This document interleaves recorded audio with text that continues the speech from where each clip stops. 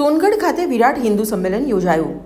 સંઘ શતાબ્દી વર્ષ નિમિત્તે સોનગઢ ગાયત્રી મંદિરે મોટી સંખ્યામાં હિન્દુ સમાજ ભેગો થયો, જેમાં વિવિધ સાંસ્કૃતિક કાર્યક્રમો થયા હતા। ભરતનાટ્યમ, દંડ પરાક્રમો, ભજન, દેશભક્તિ ગીતોએ ભારતીય સંસ્કૃતિના દર્શન કરાવ્યા।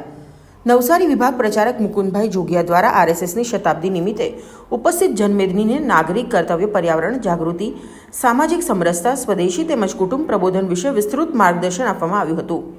કાર્યક્રમમાં ખીમા ભગતે રાષ્ટ્રને સામ્રાજ્ય બનાવવા પ્રત્યેક હિન્દુએ રામ જેમ ચારિત્રવાન અને શક્તિશાળી બનવા પર વક્તવ્ય આપ્યું હતું।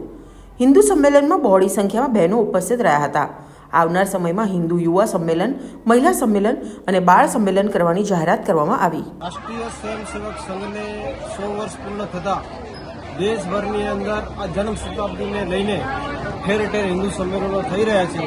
તો હિન્દુ સમાજમાં એકતા વધે અને રાષ્ટ્રીય સ્વયંસેવક સંઘના જે 5 પરિવર્તનો છે એ સમાજની અંદર પહોંચાડવા માટે આજે આ સોનગઢ નગરની જે ગાયત્રી વસ્તી છે એમાં વિરાટ હિન્દુ સંમેલનનું આયોજન કરવામાં આવી રહ્યું છે। આજના યુવા અને મહિલાઓને એ સંકલ્પ આ ભૂમિ પરથી આપીએ છીએ કે સપ્તાહમાં એક વખત આપ સૌ હિન્દુઓ એકત્રિત થાઓ અને ભારત દેશની અંદર હિન્દુઓ સામે જે પડકારો છે એની સામે લડવા માટે આપણે સૌ એક થઈએ।